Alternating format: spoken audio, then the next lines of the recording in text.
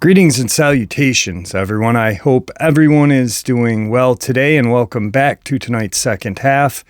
Before we get into it, a couple links. As you know, I rely on Patreon, PayPal, and my merch to help the channel to continue to grow and go. The links to Patreon and PayPal are in the description below, my merch displayed directly under the video. Also, Dogman Frightening Encounters, Volume 1 through 3, the audiobook versions. They were written and researched by Tom Lyons, narrated and produced by me, Jeff Nadolny. Those audiobooks are available on Audible, Amazon, and iTunes, the links to which are also in the description as well. And finally, last but definitely not least, if you'd really like to help support this channel to continue to grow and go, simply subscribe. It's absolutely free. It does not cost you a red cent. Click that like button and please leave a comment. It really does help, and guys, it definitely matters. And now, everyone, I have taken far too much of your time. Let's get on with tonight's second half, shall we? Briefly, in the comment section, I noticed a few people say, "Hey, Jeff, where's the first half?" Every day I put 2 videos out, and the beginning upload is normally out at 11, somewhere between 11 and noon Eastern Standard Time. And that's the first part of the upload, the first half. And then the second half is usually somewhere between 6 to 8 p.m. Eastern Standard Time. First, second. So that's where the first half and second half come from. But I just thought I would clarify that for a few people. Other than that, I am getting ready to start more of a conversation. I had to kind of put a conversation on hold for a few hours here. I was talking to a law enforcement personnel, and we were talking about Dogman and civilians. And it was pretty crazy. Well, I don't really know if they are civilians, I guess. But anyway, that'll be tomorrow. So really good upload for tomorrow, but let's get into tonight's second half. Hey Jeff, I hope you're feeling better. I also suffer from neuropathy due to extensive chemotherapy I had a few years back. Although I am in remission now, the damage was done. Anyway, enough about that. I have a story to tell you about an encounter that I heard my dad speak of many years ago. I was born in Chicago, but I was raised in South Texas in a small town in the Rio Grande Valley. I remember my dad telling this story, but I was not supposed to have heard it. The encounter happened in the mid-70s when my dad had gotten a job working for a local sugarcane, as it was known back then. There still is sugarcane planted down there, and the mill is still operational to this day. Anyway, when it was time to harvest the sugarcane, it would be a 24-hour operation. They had these huge combine-looking machines that were used. Once they became full, they would dump the cane into trucks, which my dad used to drive. So one night, my dad didn't go to work, and this is when I overheard him telling the story. Over the past few nights, a lot of the combine drivers were either refusing to work or quitting. Apparently, one night, as one of the combine drivers was working, all of a sudden, what he thought was a giant wolf came out from behind the rows of the sugarcane and sneered at him. It then ran back into the rows of the sugarcane. The man thought it was kind of strange, since there is not any wolves found this far south in Texas. Coyotes, yes, wolves, no. As the man continued to drive his machine, what he saw next made him stop the machine in his tracks. The wolf was there again, but this time it was standing on both of its back legs. The man thought it was probably growling at him, but since the machine was on, he really couldn't hear it. But it was definitely chapped at him, and was showing his teeth towards him.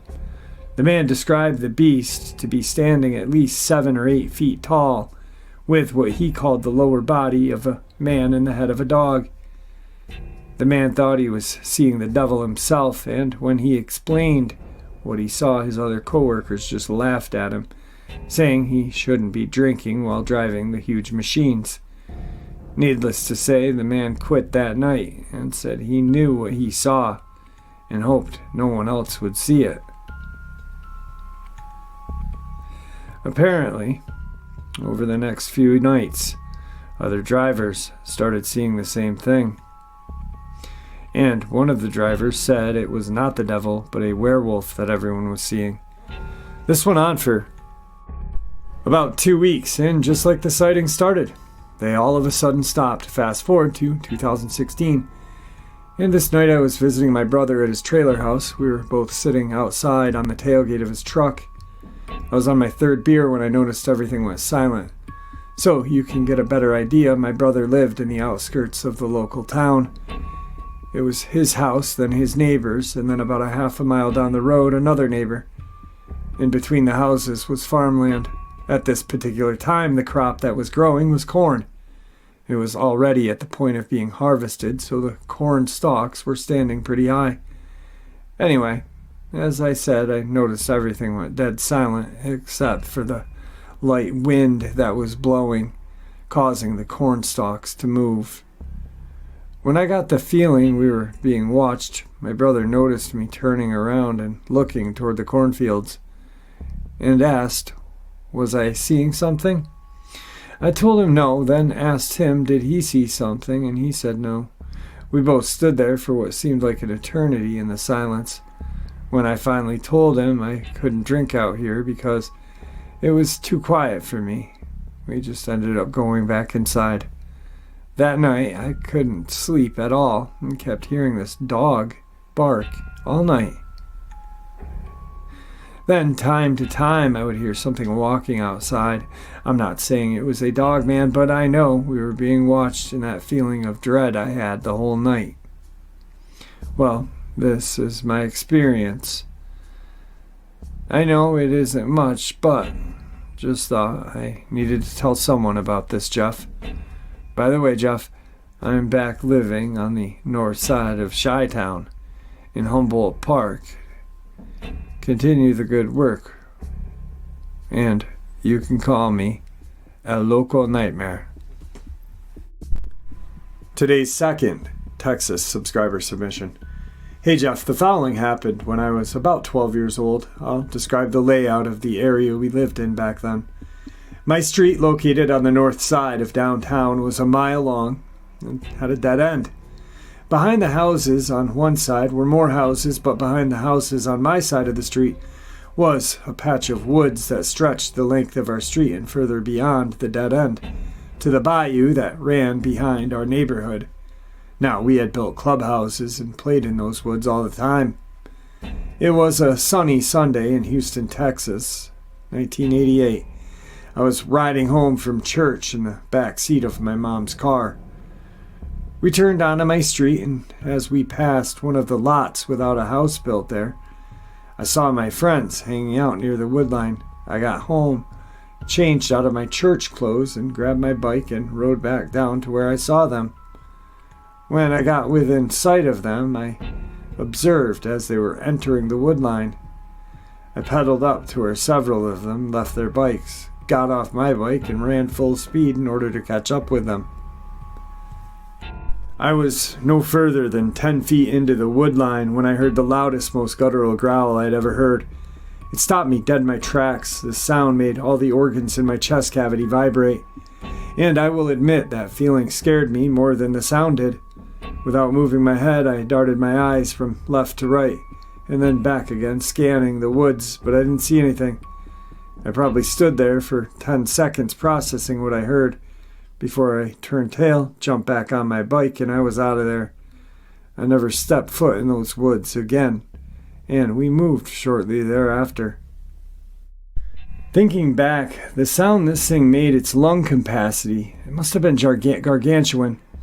I don't understand how something capable of making a sound like that one I heard could roam the fourth largest city in the country undetected.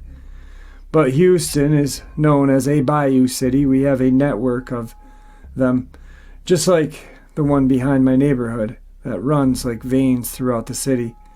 They could theoretically come and go as they please. That's not exactly a comforting thought. I thank my lucky stars all the time that I did not lay my eyes on it. Today's third subscriber submission from Texas. Hey Jeff, I hope this finds you well. I had just turned 16. My birthday is the first week of November, which is the deer season opener in Texas. I wanted to spend the weekend with my best friend, let's call her Vicky. Her aunt and uncle had come in from Ohio. The adults had plans with the ladies heading off to a bar to listen to a band about an hour away, and the guys were going raccoon hunting. That's what they called driving the back roads and drinking a bit. Vicky's mom had invited me herself to help watch Vicky's brother. We'll call him Mike. Mike loved for me to tell him bedtime stories, and I liked telling them. Vicky's family lived in the woods. The nearest house was about 1.5 miles away. They had put the house in the middle of 200 acres, gorgeous central Texas thicket. When facing the house, the drive went to a carport to the right. Vicky's room was on the opposite of that wall, with a vegetable garden outside of Vicky's window. This is important later. My mom drops me off early that evening, just in time for the adults to head out on their adventures. I remember having tuna melts for dinner that night, because my mom had always told me you can't eat fish with cheese, and I was worried I was going to get sick. Vicky promised me I wasn't. I didn't. I still love them to this day.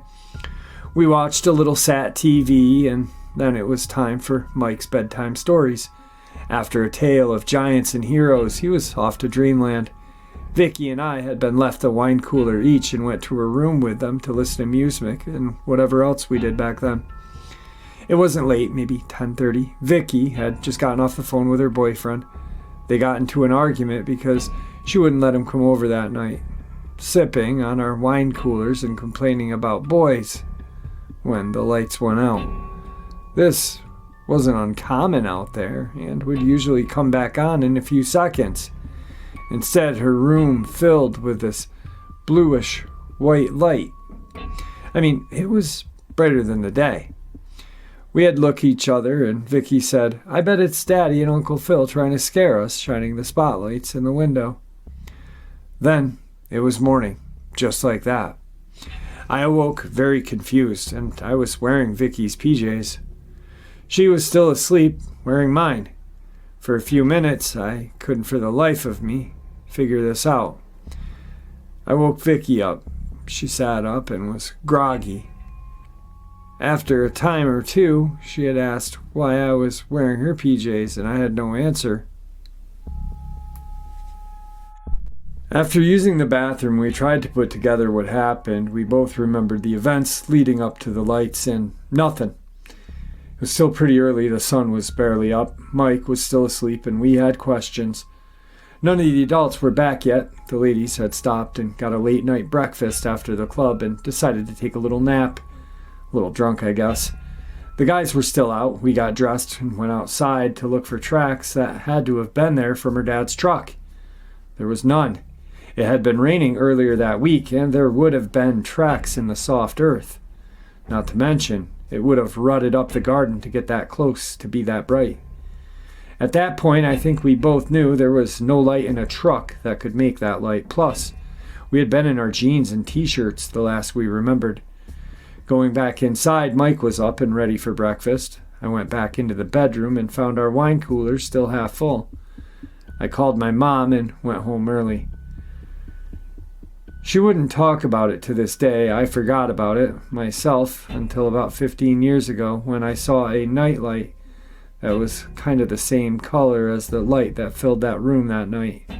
I still have no clear recollection of what happened. I ran into Mike several years back.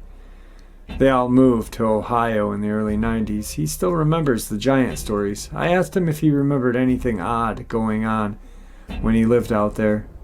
He said that odd things followed all of his family, no matter where they lived.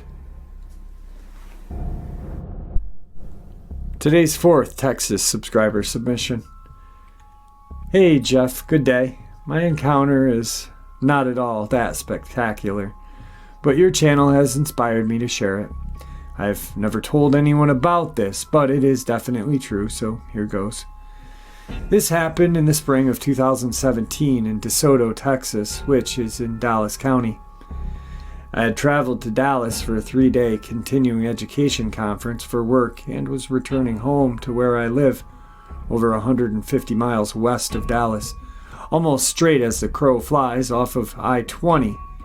I was exhausted mentally and physically because there was so much negativity going on in my life at the time. My husband was deployed overseas to Afghanistan, so I was worried about him.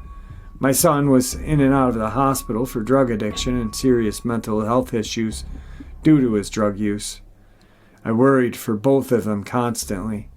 I myself was having serious health problems, but had so much to deal with since I was the only one around. I had no time to handle anything extra. As I drove along I-35 thinking of everything that was tearing me apart, and also trying to make myself remember not to forget to pick up my dog at the Borders on the way home, I missed my exit onto I-20 and ended up in DeSoto. At some point, I realized that things didn't look familiar, and that I needed to exit off and turn around. I found a place to exit off, and it took me to the side of the road that was sort of secluded, but still had sparse population of homes alongside. In my confusion, I passed a bridge that I needed to cross to be able to turn around. That's just what I needed, was to be lost and get lost again. Ugh. I looked for a good place to turn around and saw a driveway up ahead. I pulled in, my light shone directly onto 3 metal garbage cans with lids sitting in a rack-type kind of receptacle a little off the ground. My eyes were still trying to adjust to the recent day-to-night lighting conditions, so I wasn't sure that what I saw was what I saw, so I looked again. For sure, I saw a dog standing bipedally. It was solid black, at least 6.5, maybe 7 feet tall. It had human-like arms, shoulders, chest, abs. Its ears were pointed high on its head, and it had a longer, slimmer muzzle. As most people say, it had a German Shepherd look. Its face had a little gray hair on the muzzle all the way around. Its mouth was closed. I couldn't see its lower half because it was behind the trash cans.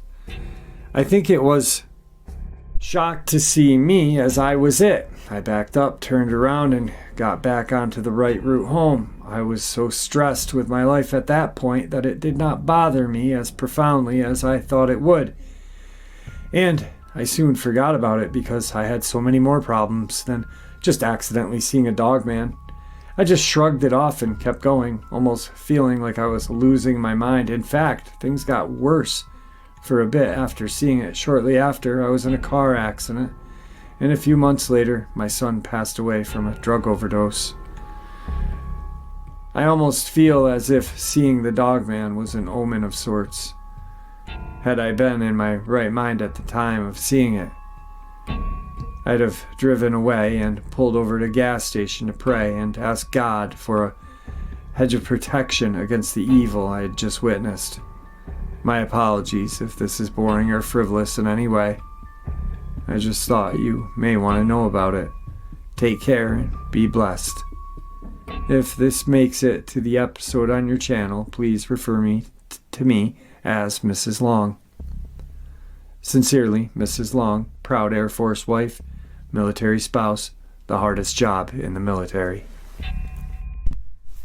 Wow, I'm kind of glad that I'm doing these subscriber submissions because it's refreshing my memory. I had completely forgotten about this encounter until I just read it. I explained to Mrs. Long one of my pet peeves, that no encounter, no matter what they feel like, is any larger, any smaller, any more or less important. We learn something from each and every encounter. I also,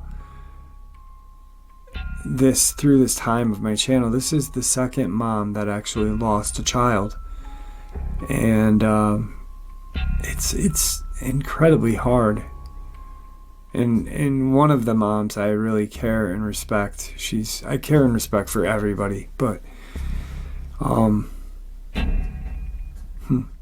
this channel has really, really introduced me to some of the most strongest, bravest people I have ever met in my life. So, all right, let's move on. Today's 5th Texas subscriber submission. Hey Jeff, first of all, I am a no BS kind of guy. Red-blooded American, worked my butt off for the state of Texas for 30 years, and now I'm happily retired. I have health issues, and this will play into why I was up so early that morning. Look, I've heard of all kinds of stuff that go bump in the night, but you have to take it with a grain of salt and move on. What I saw that morning in 2019, July of, has changed me for life. For one, I try my best not to go outside anymore. I've put a lot of research into cryptids trying to understand what I saw and identified it. Okay, first a little bit more about me. I receive life-giving treatments at 5 in the morning. I have worked hard to get to where I am. I also love life and never thought that I would see a Bigfoot, Dogman, because I don't take my butt out into the woods. I live in the suburbs of Austin, Texas, in a city called Hutto. It's nice. Now for the encounter. That morning I left home a little before 4 in the morning. I drove a 2014 Mustang GT. Yeah, the type of car matters, you'll see in a bit. As I was driving on a dark farm road about 30 feet in front of me, from the left runs this thing the size of a baby horse. The GT has great LEDs, so what I saw well. It was some form of canine, but larger, long front arms with short muscular rear legs. It had a barreled chest with a kind of skinny stomach, no tail, long snout. It was taller than the hood of my car.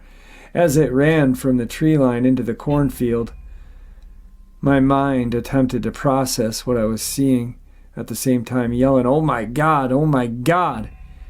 You see, we are not expecting to see stuff that is just folklore, legend. Everything you believe about monsters just comes true, but wait. This hairless thing was pinkish in color. It was void of pigment, an absolute abomination to God and nature. So I recover from seeing this thing and go into research mode.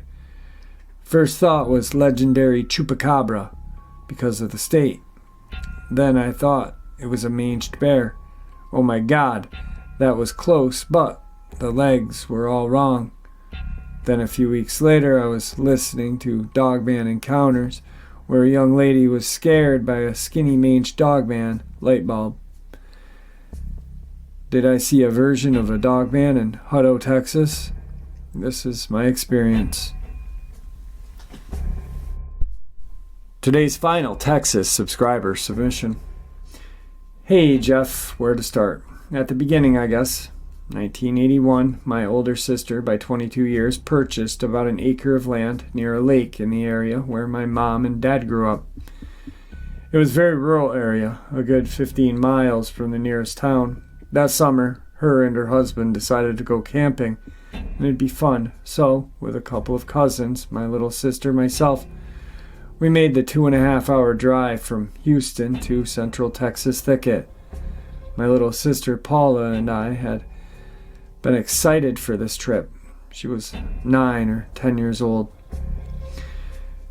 We had a lot of fun that first day. Paula and I had never been camping before. Being city girls, was completely enchanted by the woods and the water. With tents set up and a lovely fire going, we made hot dogs and s'mores that evening. My big sister Peggy told us stories about Mom and Dad growing up and how they met and so on. No scary stories though. One of my cousins was still pretty little and no one wanted him scared. All in all, it was a perfect day. We went to bed. I woke up a little later with Paula snuggling against me, saying she was cold. Being a dutiful big sister, I suggested we go out by the fire and warm up, which we did. With Paula sitting in the lawn chair, I added a little wood and the embers to get the small fire up. I sat in the chair next to her and took in the night. I had never seen so many stars. Heck, I had no idea there were so many. I will never forget what happened next. My eyes cast upward. Paula was talking about something when she stopped mid-sentence and grabbed my arm. I looked at her, and she was staring at something across from the fire. I followed her gaze, and there, on the other side of the fire, was a man, a little man. He couldn't have been more than 1.5 feet tall. He had a brown beard that went down a little to his chest. He was dressed in a green shirt and brownish pants. I kid you not. A little brown pointed hat. Now, garden gnomes were not a thing at that time, but I had seen illustrations like this in books. This was not a drawing. I slowly stood up and very quietly began to walk around the fire. This had to have been a joke. Maybe my brother-in-law set this out to prank us, to maybe scare us kids to go back into our tents. I got within 10 feet away of him when he turned his head to look at me. He then turned away and ran away so fast that all I could see was dead leaves and sand blowing up from this, like a speeding car just blew past us. In less than a blink of a second, he was gone. I stood there stunned.